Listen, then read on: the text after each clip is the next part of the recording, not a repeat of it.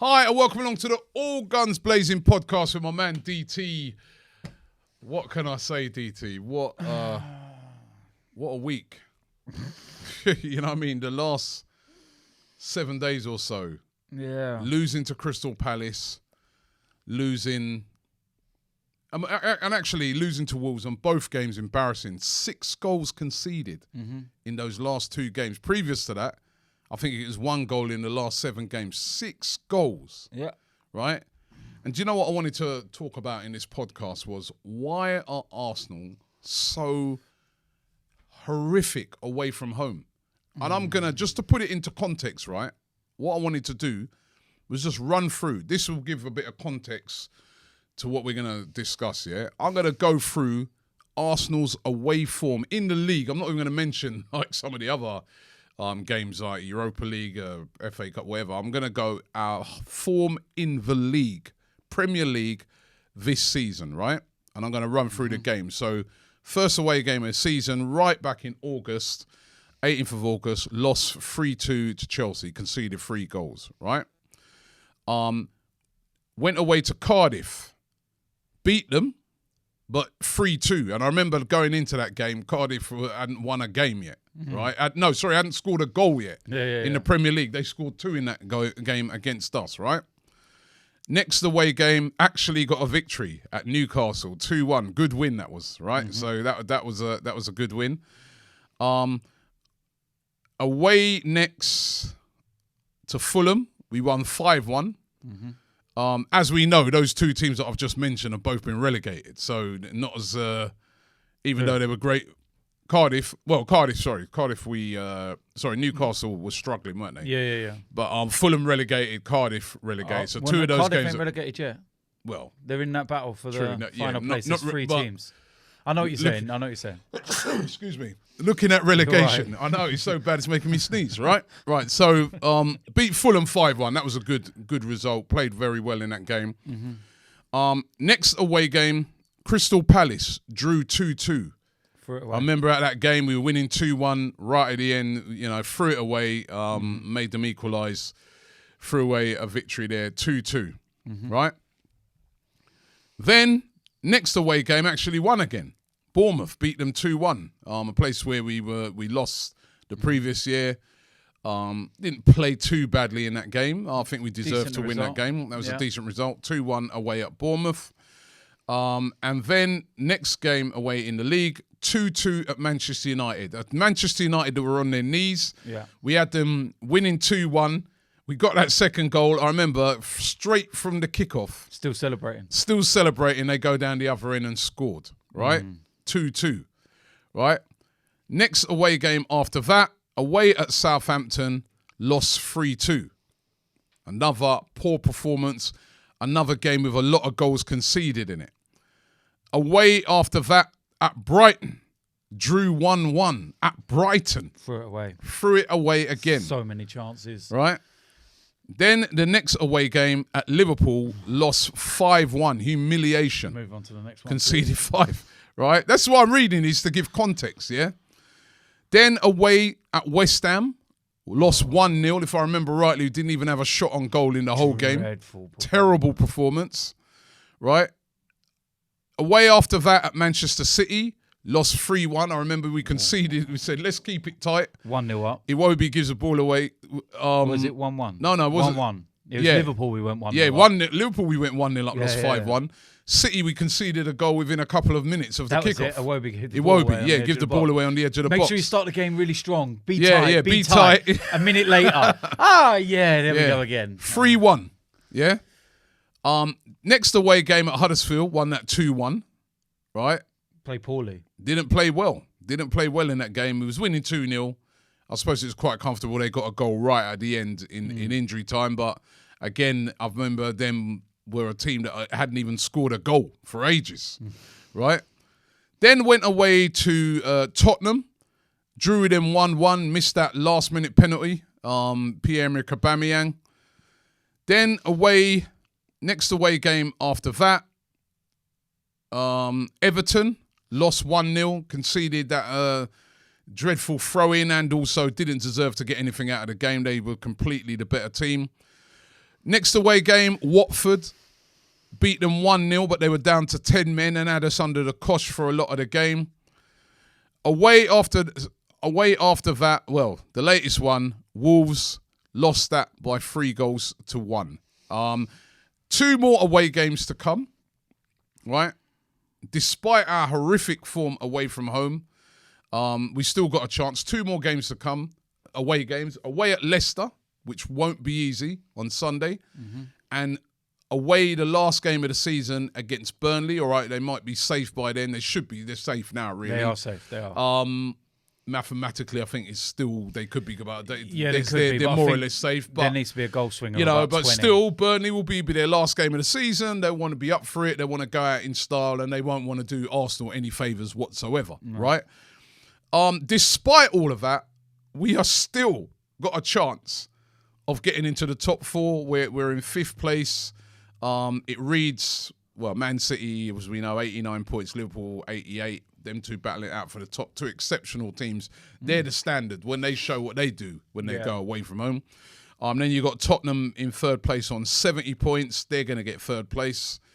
And then it's the battle for 4th place between 3 teams. Chelsea on 67 points, 1 point above us. Arsenal on 66 points and Manchester United on 64 points. And if you look at the form of Chelsea, Arsenal, Man United, it's all been terrible. 3 absolute bottle jobs of teams. But despite that, you look on it and say to yourself, if Arsenal could win those last 2 away games, win their last 3 games, you think that they could do it because Chelsea and Man United got to play each other. There could be slip-ups. I think Man United or Chelsea, one of them still got to play Wolves. They've still got difficult games. Yeah. But Chelsea we had as well. We had the easier running. I know. On paper when you looked on it, but we have just been terrible, absolutely shocking away from home. There's not really been any improvement on Arsene Wenger's reign away from home. At home, brilliant. Only lost 2 games at home. Mm-hmm. And not only that, the other thing I was looking at, a guy was saying to me yesterday, he's going, at least under Wenger, he goes, we used to finish the season strongly. But then I pointed out to him the fact that, yeah, we normally did finish the season strongly because all the pressure was off. You know, we had no chance of winning the league. We probably weren't so you go on a little, but at the moment, the pressure is on. Every game means something. And you've seen over the last couple of games in the league, we bottled it. We've crumbled.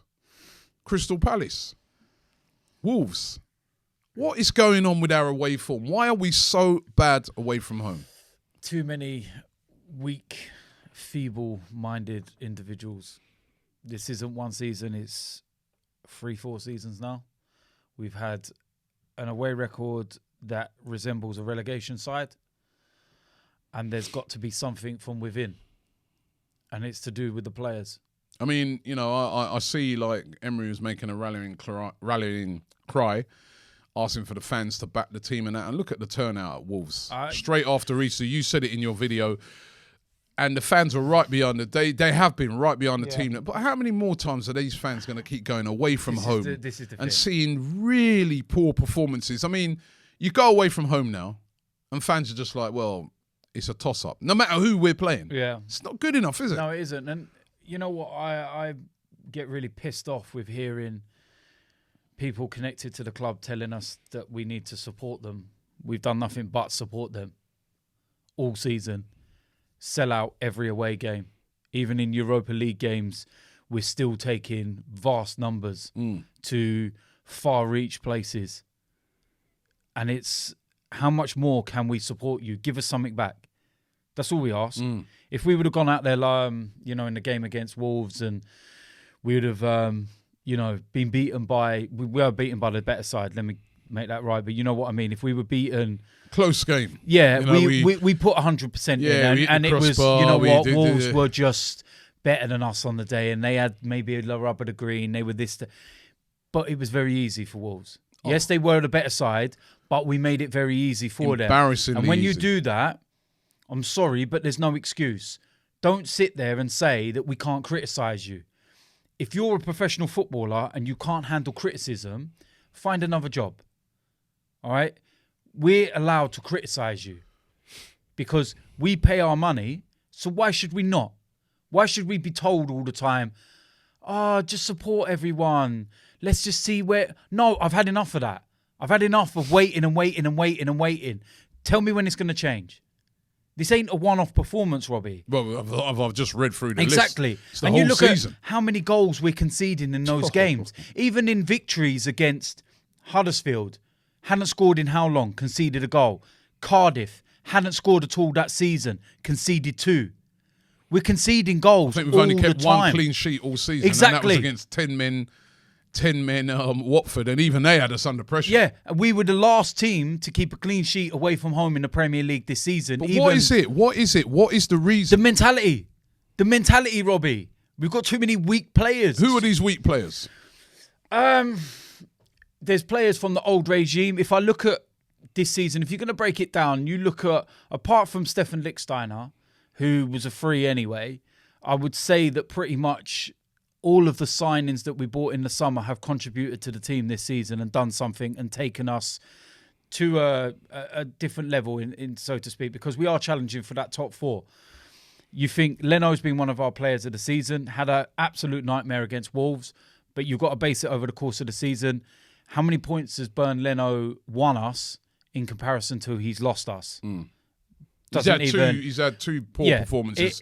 The Southampton one, where he literally did what he did against Wolves, where he just came out. It happens. You name me a goalkeeper that's not made a mistake in the season. David De Gea this season, even against City the other night, again, beaten. Again, he should have saved that. You know what I mean?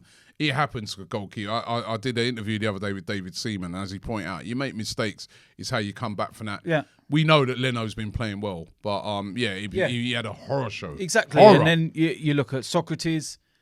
He's done absolutely nothing wrong. He's had a couple of ropey moments during the season, but he's been pretty solid. Lucas Torreira had that dip middle of the season where he's trying to adapt and get used to everything in the Premier League, but he's been one of the players of our season. Guendouzi come on leaps and bounds. I feel that he's still not 100% ready, but given where he's come from, 19 years old, he's had a tremendous first season. So you look at those players, you've got the likes of Aubameyang, first season here, full season. He's joint top goal scorer in the Premier League. And he hasn't had that prolific a season.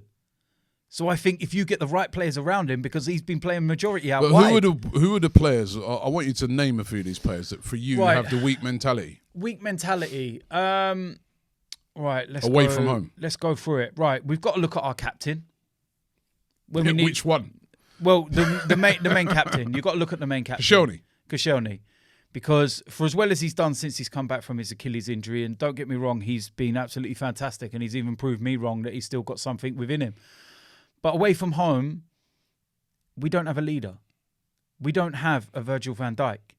We don't have a Vincent Kompany. We don't have those type players. Even when Kompany's not playing, somebody will step in at Manchester City and do that job and become a leader. Where away from home, you know how tough it is. The one thing I'll say about Wolves, right, and I give them so much respect for this, they had 30-odd thousand in their stadium on Wednesday, right? That's half of the Emirates.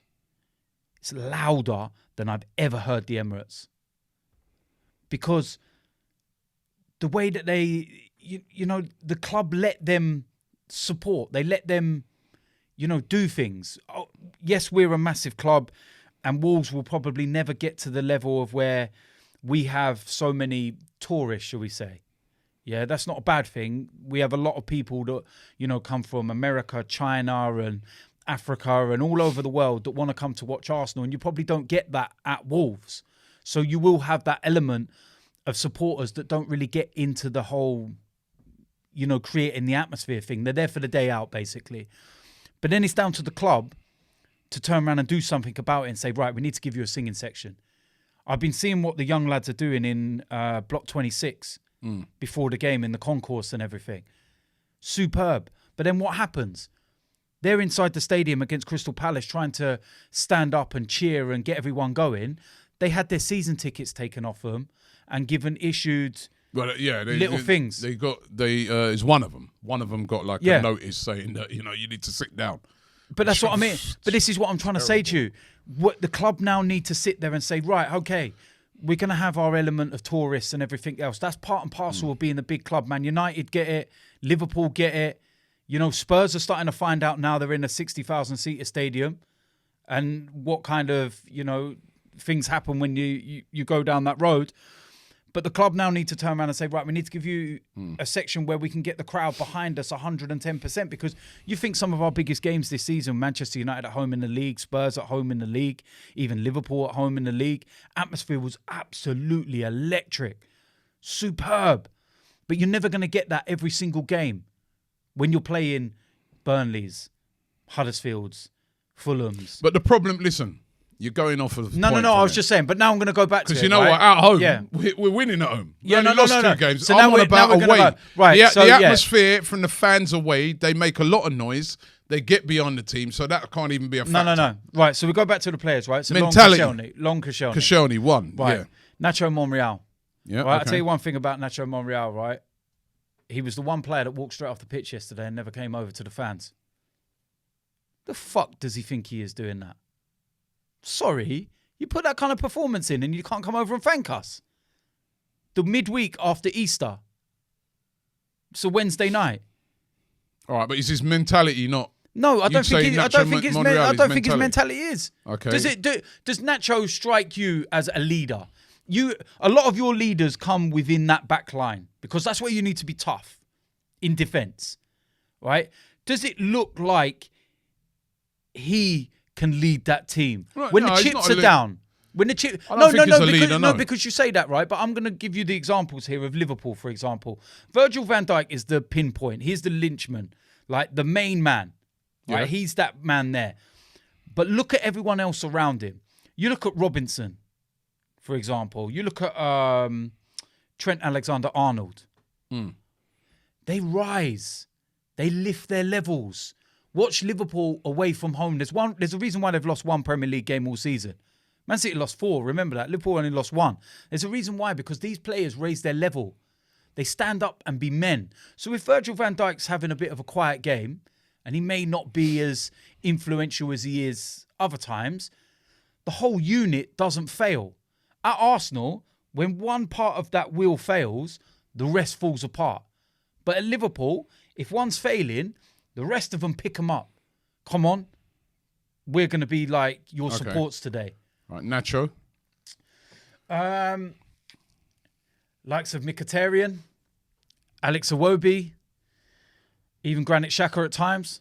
Not impressed with some of the stuff that he's been doing. Giving the ball away, sloppy goals. Love the guy, and I think he's had a good season. Let's be real about it. But anyone else? Mesut Ozil. Why? There was an incident. I'm not trying to trap you into nothing, There was an incident in the Wolves game that pissed me off because he jumped out of a tackle. Don't get me wrong, he wasn't the worst player at Wolves, and I think that he's been scapegoated by a lot of people. Don't get me wrong, he was poor. Let's not, skate over that. He was poor, but was he the worst player on the pitch? No. I think what it is with continue on, and then Mesut was demanding for the ball at Wolves. He was demanding for it. He was trying to get it. He was getting frustrated. But when I see him jump out of tackles, I want to jump on the pitch and grab him and just shake him and say, "What are you doing? What are you doing? Defend that ball like your life depends on it. Don't ever jump out of a tackle. Don't ever do that, because we see that as fans. And we don't appreciate them type of things. If Mesut Ozil would have gone flying into that tackle and done a 50-50, never jumped out of it and put everything on the line, people will remember that. And they'll come out of the ground and they'll say, you know what, Mesut didn't play that well today. But I tell you something, I see him get stuck in. Do you remember that 50-50 when he went flying into that player and he was fired up and he was like so angry? But it was none of that. It was like, do you remember Mesut Ozil when he went in for that 50-50 and he bottled it? Can't be doing it anymore. I'm sick and tired of it. I look at players like Socrates, I think, can be a leader. He looks like someone that tries dragging everyone, but it's difficult when he's got clowns around him.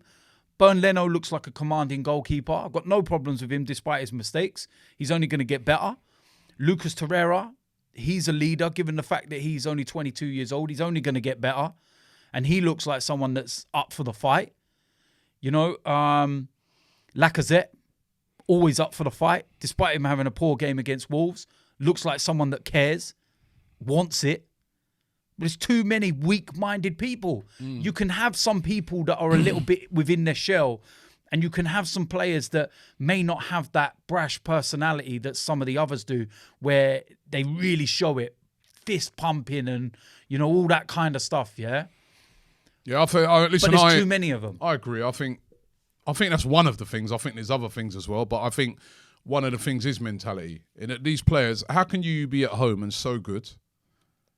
It's like they walk out onto that pitch at home, think to themselves, yeah, we can beat anyone. Yeah. Whether it be Liverpool, Man United, Tottenham, whatever. We're like, yo, you're at our place now. Bruv, you're in for a rough time. They'll press. They'll work hard. It's almost like we're in front of our people. We're going to make sure we do the business. Then they go away from home. I see a shadow of the players that I see at home. They don't play the same. Timid, scared. They're timid. They're like, you know, if it's not, this is where I think the mentality thing comes in, right? And from playing, when I used to play sport, in things I've done, even in business and everything, right? This is where a leader comes in. It's not when it's going well. It's when things are not going your way. Yeah. That player, that person who still says, yo, I got this, man. I got this. And says to other people around him, listen, it ain't going well. It's not going brilliantly for us today, but we're still going to get through this. We're either going to get a draw, or we're going to grind something out, or we ain't going to get murdered here today. But you know what I mean? Somebody who then does something in the game that just lifts. Because sometimes if you watch football, right, little incidents, little things can happen in a game that just kind of lifts everybody. Yeah. That just gives, you know what I mean? It could be like someone just picking up the ball and going on a run. Or a tackle. Or it can be somebody who goes in for a 50-50, or it can be somebody who just some little thing sometimes in a game. It gets the crowd going as well. Gets the crowd going, but it lifts the players as well, lifts all the other players, gets them, you know. But at Arsenal, everybody seems to be looking around at everybody else to do it. He's looking at him, he's looking at him, he's looking. Nobody's demanding the ball, nobody's thing. No, like I looked at that Wolves game the other night and I'm like, we're getting a lot of possession. Obviously, they're winning 3-0. They just decided to sit back, let us have the ball. That's how they play, Wolves, right? They're a brilliant counter-attacking team. Let us have the ball. Every time we lose it, they'll counter us, right? They're very well organised. But Arsenal are still doing the exact same thing they did from the start of the game. Pass. It ain't working. You're not getting through them. Why doesn't somebody, I think somebody one time during the game, try a ball over the top? For somebody to run in on the back. We tried that. We nearly got in one time, right? But we only did it once. Why doesn't someone get the ball and say to himself, well, you know what? All this pass, we're not getting through these, man. I'm going to take it upon myself. I'm going to be brave. Now, I know that if I lose the ball, then this is where the mentality comes in, because you know that by being brave now, if you try to do this run and it don't come off and you lose the ball, you're potentially going to get a lot of stick from the fans and you're going to get a lot of stick from the players. But your mentality is that, fuck it, man, I'm brave enough to try this. Yeah. Eddie Nketiah, when he came on, was brave enough to try it. He tried it about 2-3 times. He got the ball, just quickly, boom, tried to go past the player. He's flipping, 19, 20. And you got players there that were just playing it safe all the time. Pass, cut back in, pass. That was, you know what I mean? We want to, and that's what I'm saying. At home, we don't play like that. If we're losing, we're going to try out. Even the game against Palace the other day where we lost 3-2, right? There were players trying to, I think a lot of that defeat was down to the personnel on the pitch that, you know, some of them players on there not really ready yet to be playing for Arsenal. But there was some of the big players like Ozil. He stepped up in that game. He scored a goal, got us back in the game. Aubameyang, he scored a goal, got us back in the game, nearly got us back in the game. They were trying to do something to make it happen. And we should have equalised. But away from home, There's none of that. I don't see that. As soon as we go a goal down, or as soon as a team gets a goal back and the crowd gets up for the other team, we just wilt. Yeah. And then, obviously, these teams away from home, they know it. We've spoken to Troy Deeney. We've spoken to other footballers who say that Arsenal is soft touch. They look on Arsenal away from home as a soft touch. At home, when they're going to the Emirates, they're more fearful because they're like, hey, here, they're dangerous, man. You lose the ball against Arsenal. What? But away from home, they ain't scared. No. They know, man. Just get stuck into them, man. They've been doing it for years. That's, like you said, one thing that has to change immediately if we're going to get a win, any more wins from now away from home till the end of the season. But particularly for next season, I agree with what you were sort of saying in your interview the other day. We need to bring in some players that have got that within them and got that metal. And it's not just walking around pumping your chest and, bandages on your head, you're bleeding like Terry Butcher back in the day or John Terry. It's about, like you said, players taking responsibility. Yeah. Players saying, right, I'm going to try and make something happen now. I'm going to try and do something. We lack that right throughout the team. Somebody, I see like in that guy, Guendouzi. I see that in him. I see a guy that in the future, he'd be like, give me the ball, man. I'm going to, you know what I mean? Yeah. He's still learning his trade, but I like his mentality. But the mentality is lacking. I think the other thing I'm going to talk about now as well, away from home. What is our style of play away from home? You look at some other teams that are really successful. So if you look at Liverpool, when they go away from home, they play free up front. They don't care who you are. They don't care what. They've got a style of playing away from home, and that's what they do. So does City. They have a style away from home. When they go away from home, they know everybody knows what they're doing. That's how they play, right? Even you get Wolves away from home, they're a counter-attacking team. They'll sit back, wait for you to lose the ball, counter you thing. Same with Crystal Palace. That's why they're sort of like the reverse of us, where their away form is brilliant because at home they go for it a bit, but away. What's our style?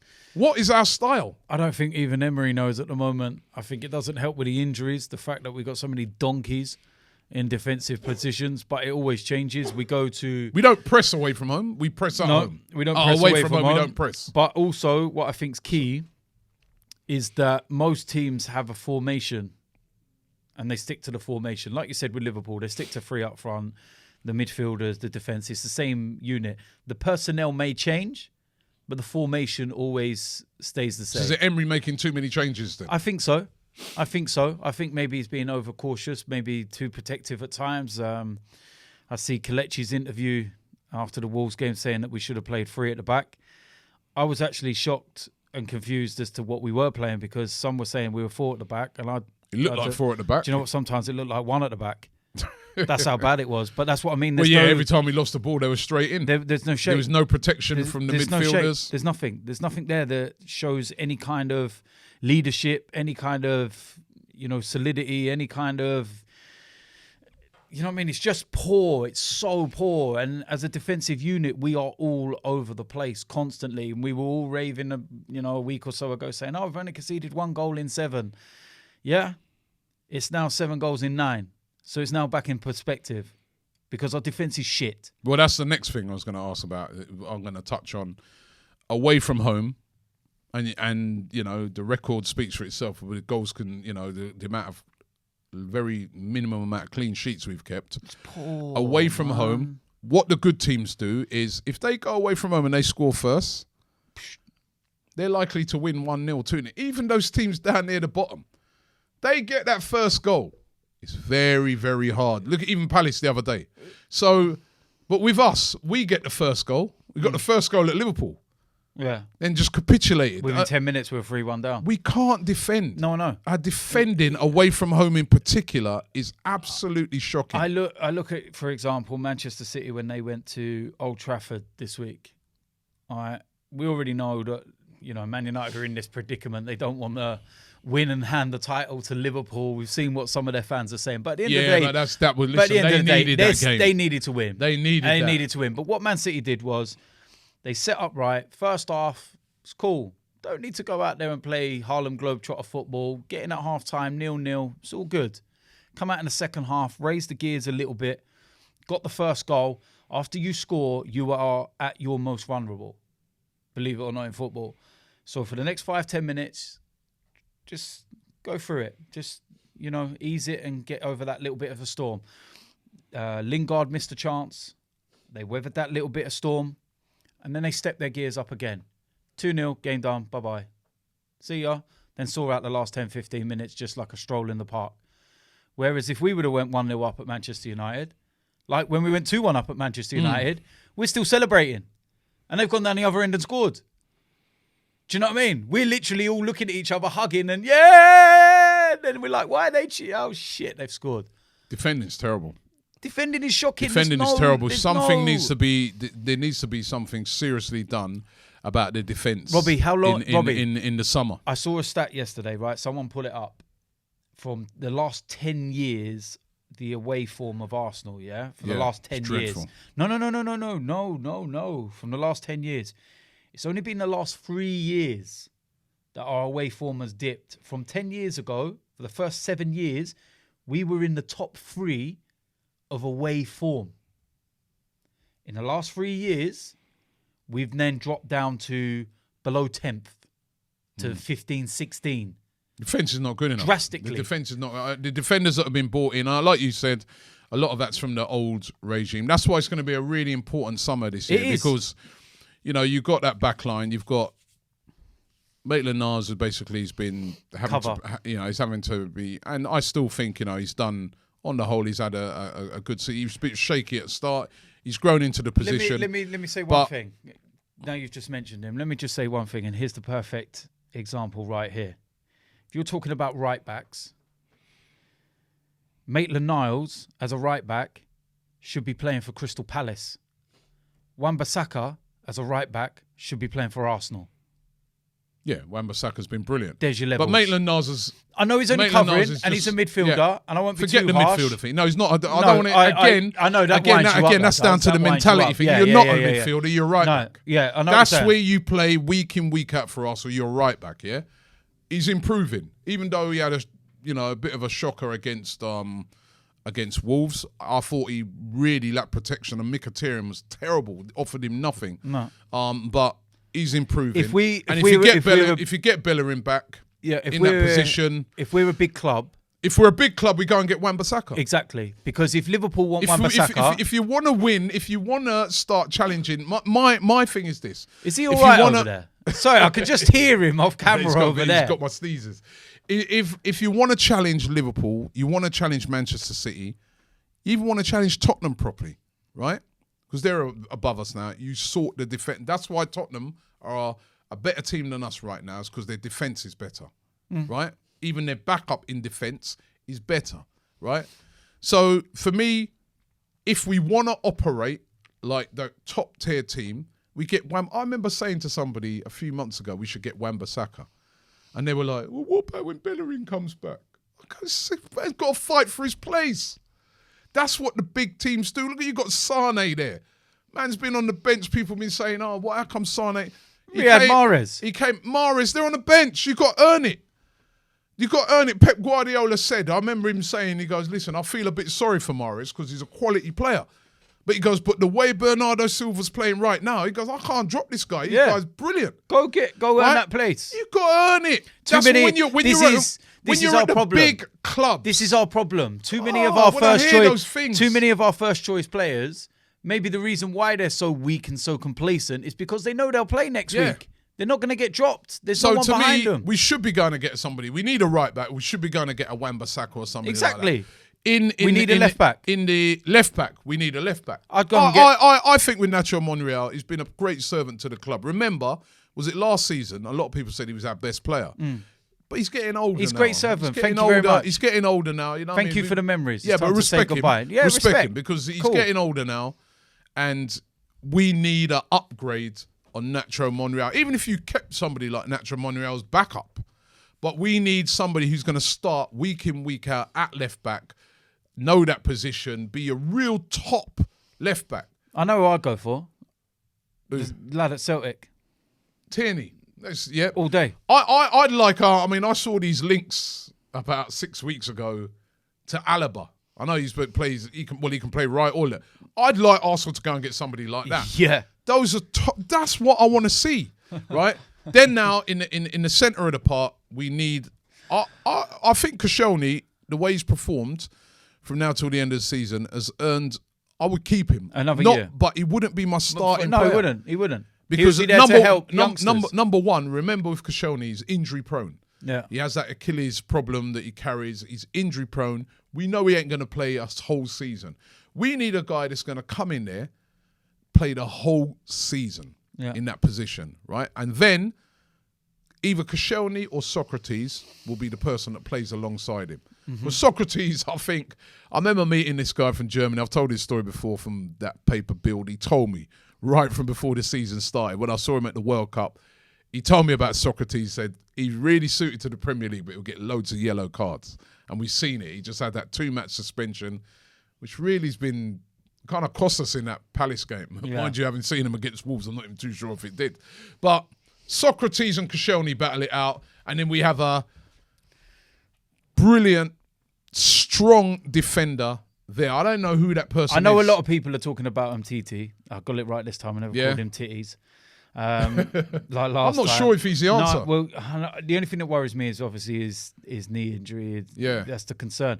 But the guys, Jonathan Tah at Leverkusen. Upper There's Makana, that man. guy at Leipzig. Upper Makana. There's Koulibaly. Let's operate like a big club. But we're not. Look, listen. We already know. Yeah, we're not gonna go and get Koulibaly. All right. There's absolutely no chance of that. All right, well, there's more chance of me getting a kitchen as good as yours. It's not gonna happen. All right. I'm telling you. Then let's go and get Leipzig. I'm telling the two centre backs at Leipzig. There's Upper Makana. And I forgot his other name, man. I can't believe I forgot his name. Everyone will know who I'm on about. Someone in the comments just let me know. There's a lot of this. But then the reason why, who's got the best defensive record in the Bundesliga? Yeah, Leipzig. One of the reasons why is their two centre backs. They're like rocks, man.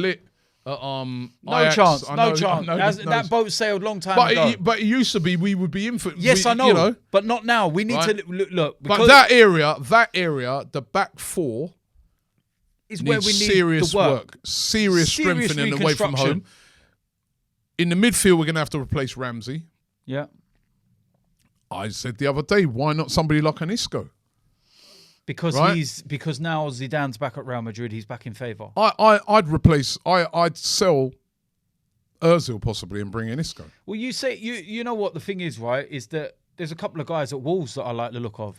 Ruben Neves. Right, he's the obvious one. Ruben Neves, because you know what? We got nobody who shoots from outside the box. He's brilliant. He is the obvious one. Why not go and get you think if Arsenal go to Wolves and try and get Neves? The one that impressed me was the one that scored the third goal.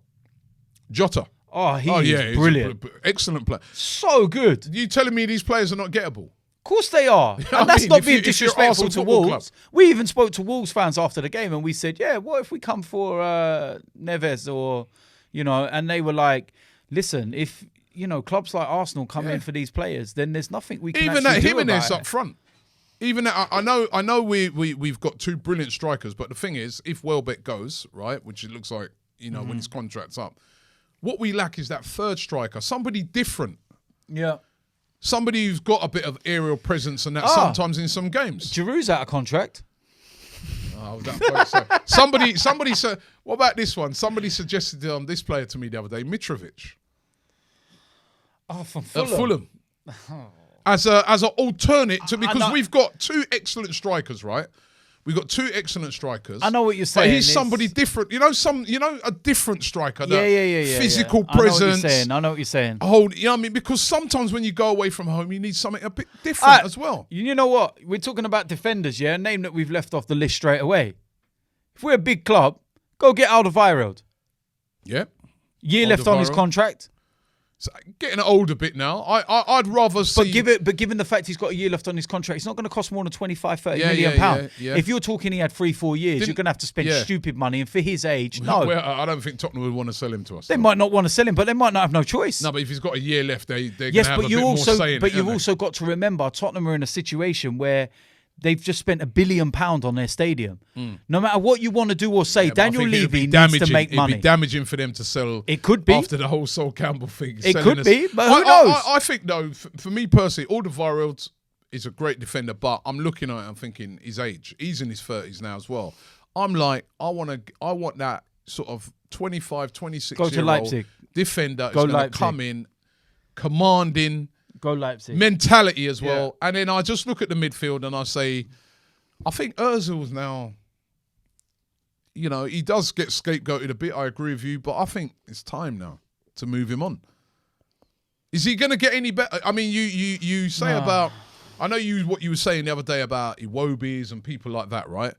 But they're still young players that, you know, they're not on the class. Alex Iwobi's got one more year left. They're not on the level of Ozil. But I look on it and I think to myself, if you look at those guys, they're young, so they can still improve, you know, and they can be back up. You can say to them, you're going to play second to this guy, and they'll do it. Ozil's not, you know, we've seen the problems we've had this season when the manager said, you're not really suited away. It caused big problems. I think the time has come now. Yeah, it's fine. He's been at a club a long time. I wouldn't like it, but these guys, I think the time has come now. You know, I wouldn't like it, but I'd have no objections to it at all. You know, I wouldn't have an objection. I think the time has come. I'd like to see, you know, shift him out and bring in somebody like Isco or somebody like of that quality, Nabil Fekir or somebody new, somebody fresh. We need to change some of these players because going into next season, we know again we'll do well at home. But we've got to improve. Imagine if that away form had even improved 30%. We wouldn't be worrying about getting in the top four now, would we? I know. No, we wouldn't. Do you know what I mean? And it's, you know, we're talking about Ozil's situation and who could sell. Mkhitaryan's got to go. He doesn't offer enough. He doesn't do enough. And we need other replacements. He's not worked in the Premier League from his time at Manchester United. He's not worked in his time at Arsenal. He has a few good games and then he has a poor month. He's one of the mentality guys you're talking about. The likes of Alex Iwobi's got one more year left to prove himself, and then he's got to be moved on. Alex Iwobi again. I've seen an improvement in him. Lots of improvement, but no end product. No. Right? He's got to. I think he's a guy that I've said this many a time. He gets in front of goal, he's scared. Yeah. I don't know if he's scared that the fans are going to react badly if he hits it over the bar. He needs to, again, it's a mentality thing. He needs to grow some balls now and start because taking he's responsibility. A man. He's not 18 years old. He needs to say, right, you know, I'm going to have a shot. And if the fans get on my case or if the other one, they're vexed, they're vexed. I'm going to, you know what I mean, back yourself. I'm going to give you a prime example right here, yeah? Alex Iwobi's nearly 23 years old, and I'm not even going to compare him to Leroy Sané as I have done because they're the same age and everything else, right? I'm going to go one better than that, yeah? To an 18-year-old kid, right, in Jadon Sancho that plays as a winger, just like Alex Iwobi does. This boy had the balls to walk away from the comfortability of Manchester City and go, you know what, I'll get in the squads, I'll play the odd games here and there and whatnot. You know what, I'm going to man up. I'm going to go to Germany, different country, different league, different language. And I'm going to go there and I'm going to do my thing. And I'm going to show what I can do. He's gone there. You've seen how many goals and assists he's got this season. I think it's 11 goals, about 18 assists. The boy's on fire. Got his full England debut because he manned up. He had the balls to say, you know what, I'm not going to sit comfortable. I'm not going to live that easy life. I don't even think in Iwobi's case is about comfortability. I think he is. I think he doesn't back himself. When he gets in front of goal, he can terrorise defences. He's strong, he's quick, he's skillful. But he gets in front of goal and it's almost like he's more worried about what the fans are going to react if he misses than having a go. He needs to back himself. Or the manager, people around him need to say to him, yo, back yourself. In front of goal, go for it. Go for it, man. Look at Raheem Sterling. He was like that at first as well. He had lots of skill, trickery, but no end product whatsoever. He's obviously worked his socks off on that, and now for me, been the best player in the league this season. And you know that's through hard work, and that's through belief and backing himself, and that's what Iwobi needs to do if he's going to make it at Arsenal. Then that's what he needs to do. If he doesn't do that, he's not going to make it. He's going to get replaced. And that's why I said we need another year out of him, and that's it. Because he's had long enough. This is a. He's a man now. He's not a kid. This is a big summer for us. I told you. Hi, welcome on to Transfer Daily. Because I want to see. I want to see No. I want to see some big players coming in. This. You know what? We Robbie? need some game-changing players in that team. The thing is as well, right, is that this summer, what I said to you from a long time ago, this summer's the most important. It's the first where Kroenke's now 100% owner. Emery now will go, I've looked at everyone. Yes, no. Get rid. I need to replace in these areas. So now Emery's got no hiding place come next season. Well, it's not just down to Emery, though. Remember, No, it's not just down to Emery. The recruitment team, I understand and that. it's what they bring for him, isn't it? I know that. I understand that. You know? But what I'm saying, this is why this collectively, it's a big summer. But we need some men because this a lot year, of, I don't want to just see signings of, youngsters. No. A 17-year-old from Brazil. Brazil, Great. yeah, That's fantastic. But I want to see guys that are going to instantly come in. There's players in the Premier League right now. I've said to you before, Zaha. You used to have a go at me about Zaha. You know what? I know the money that's being quoted for him is ridiculous. I would never buy for that. Can I give you a name? But look at that. Can I give you a name? Hold on, before you give me that name. Remember I told you about Zaha. Oh, here he goes again. Telling me that Zaha in Arsenal's team? Oh, he'd be a lot better than Iwobi and that, and he would cause problems to Oba. Like you said, Laka. there's a few players I saw at Palace team the other day and Wolves team that will walk into our team, right? Yeah. And they're better than our guys. Do you want me to tell you a player that I've watched this season, and I've seen him, and I watched him closely the last couple of weeks as well? Is the centre back at Brighton, Lewis Dunk. Yep. Solid. Again, he's strong, he's solid. Solid. You got to remember, they went to Wolves last week and kept a clean sheet. Yeah. Because they were like, right, this is what we need to do. Nearly kept the clean sheet at Spurs. And then it's not just them as individuals, the way they set up. Yeah, because they know how to defend. But he's an old school defender. I watched that game against Spurs, right? And he was throwing every limb in front of the ball. It was like his life depended on it. When was the last time you saw an Arsenal player, bar Socrates a few times this season, that's thrown their body in front of the ball and gone, I don't care where I get hit. I don't care if I get hurt. I'm defending for my life. They looked dejected when that goal went in. And I know people will go, oh, he's at Brighton. Where did Virgil van Dijk come from? Barcelona or Real Madrid? No. Come from Southampton. Where did Mane come from? Where did half of Liverpool's team come from? Southampton. But you get what I'm saying. You don't always have to go. And not every player has to be coming as a superstar. Because if you look at, this is why I think we need to follow Liverpool's model.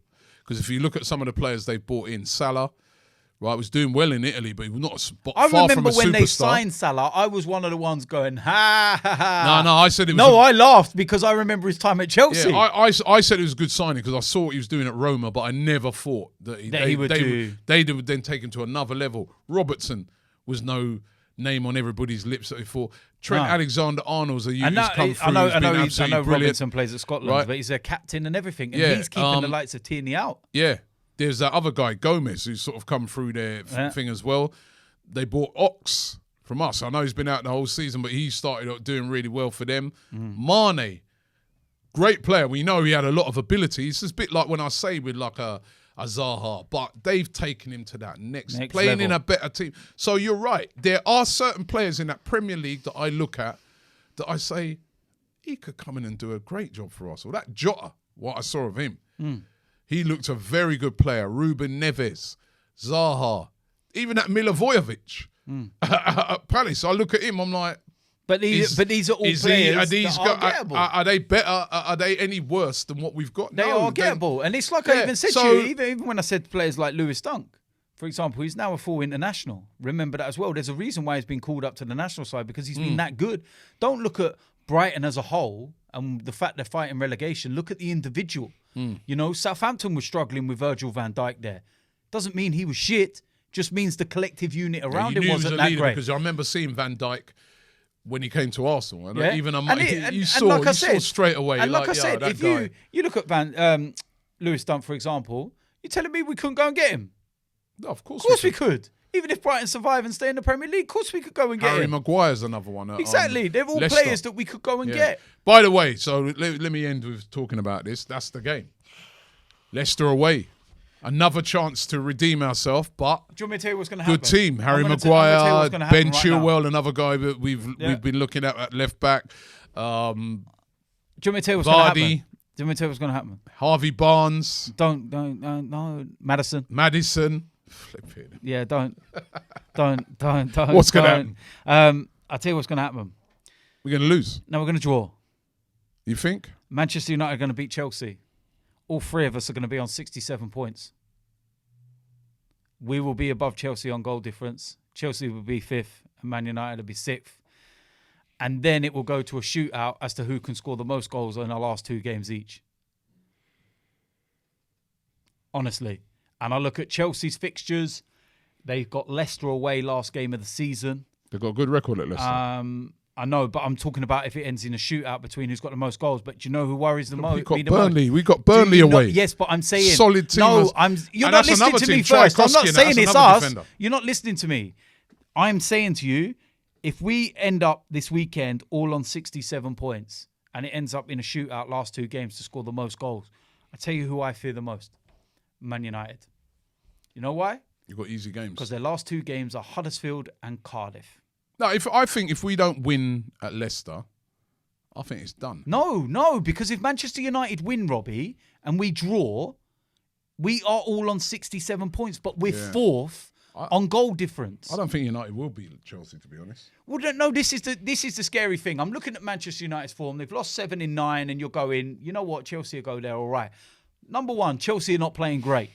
Better than us. Right? Yeah, but they're not playing great. Number Better 2, they're going to go into that game Sunday with Thursday on their mind because they're in the semi-final as well. So are we. Yes, I'm on about their game with Manchester United. Yeah? They're going to go with that in their mind. So that may play into Manchester United's favour. So we're praying for United to win, though. We need Man United to win. And the thing about it is... the best result for us would be a draw. It would be. But what I'm saying is that... The best result for us is we need to do our business. Yeah, I know, but we need to. You know what? As a matter of fact, forget Man United and Chelsea. I don't even care about that game. Well, no, you have to because I don't care. You do. No, I don't care because about you need to rely on Chelsea dropping points. We need to rely on nobody for the past few games. We had it in our hands. I know, but now we don't. So we need to rely on them. No, I don't care about them. But hold on. All I care about is Sunday. 12 o'clock, go there and win a game. But Robbie, if Chelsea win the last 3 games and we win our last 3, we don't finish 4th. Yeah, then so we need to watch the Man United games. We need to rely on them. Then they deserve to get there. I'm fed up of now looking at other teams. We got to do our... When are we going to step up away from home? Well, you know the difference? We actually get to play first for once, which might be the advantage of getting into the semi-final. Kickoff, right? You know what we've been like in early kickoffs as well. Why you have to make me feel so negative about it? I'm trying to be positive, man. But you've seen the record. I read it out at the start of the show. It's horrific. Now, there's 3 games left. And they can actually, in those 3 games, still make the top 4. I know. If they've got the balls, if they've got the mentality, if they're brave enough. Forget about the talking, sending out messages, this and that. We want to see it on the pitch. Yep. Those long-suffering Arsenal fans, as you said, away fans, that for the last 3 years, I'm tired of coming out of grounds and seeing my fans, just, the Arsenal fans just looking dejected, shaking their head. Now, in the game the other night, the fans just like, I looked right along that row. I was like, look how many Arsenal fans are here. Yeah, I know. The whole Wednesday night, entire row. Straight after Easter, look how many Arsenal fans are here, and that's what you're giving them. I'm like, come on, man. I mean, listen, they're a great team, Wolves. They've beaten literally every team in the top 6. Yeah. So it was always going to be a tough game. But it's the manner of that defeat. We didn't look like, we just had no chance of winning that game after they scored the first goal. Not good enough, man. So come Leicester. It's a massive test. They're a team that's on a similar level to Wolves because, they're fighting for that 7th place as well. Yep. They've got stuff to fight for. New manager. They're going to be up for it. Do Arsenal have the balls to go to Leicester and get 3 points? I believe if we was to go there and get 3 points, we actually will make the top 4. I think we beat Brighton. And then I think if it was all on that I thought we beat Crystal Palace. Yeah, I know, but I think we beat Brighton. And I think Brighton will be safe by that game because I think Cardiff, will probably be, I think Brighton will be safe by then. And then, right, if we was going into that last game of the season, a bit like a few years ago, we went in that Newcastle game knowing we had to win. Now, that's a tough place to go to away as well. I think we would do it. So it's all on that Leicester game for me.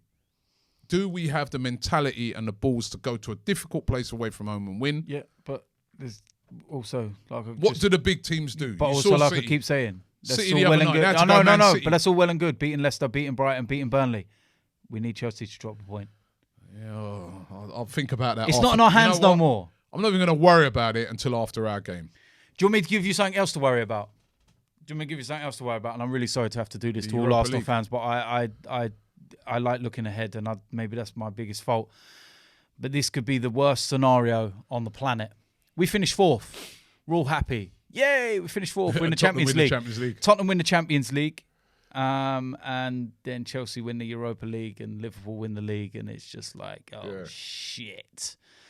How amazing. Yeah, but you know what? Listen, at least get the 4th place, man. And, you know, the Europa League is still there to be. But, you know, I personally think that we should be locking that out of our minds about alternatives. Yeah. And just go, because that's a lottery in a way. When it's cup competition, anything can happen. And the way we've been playing, and Valencia, I was looking at their form the other day. They're playing pretty well at the moment. Yeah, I know. They've been on very good form. They drew in recent months with Barcelona away. They're a good side. Yeah, I know.